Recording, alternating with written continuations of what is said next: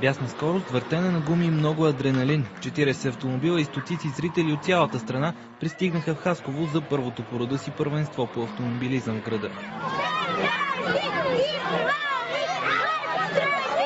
Сред публиката имаше деца и млади момичета, които, оказа се, са по-големи почитателки на високите скорости от мъжете. Интересно. На мен всяка част ми е интересна. Високите скорости, обичам да гледам такива неща. Това е една атракция, която забавлява хората. Докато пилотите се бореха за най-високото място на стълбицата, изобретателни зрители търсеха най-високите блокове в квартала, за да имат най-добър изглед към пистата. За мен това е пълна глупост, да са качени по блоковите.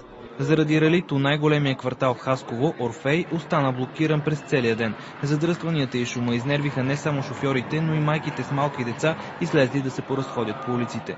Трябва да има специални писти за това нещо, трябва да се осигурят необходимите мерки. Това трябва да се прави извън града, на условия, които са приемливи за състезателите и за нас, зрителите. Децата не могат да спят.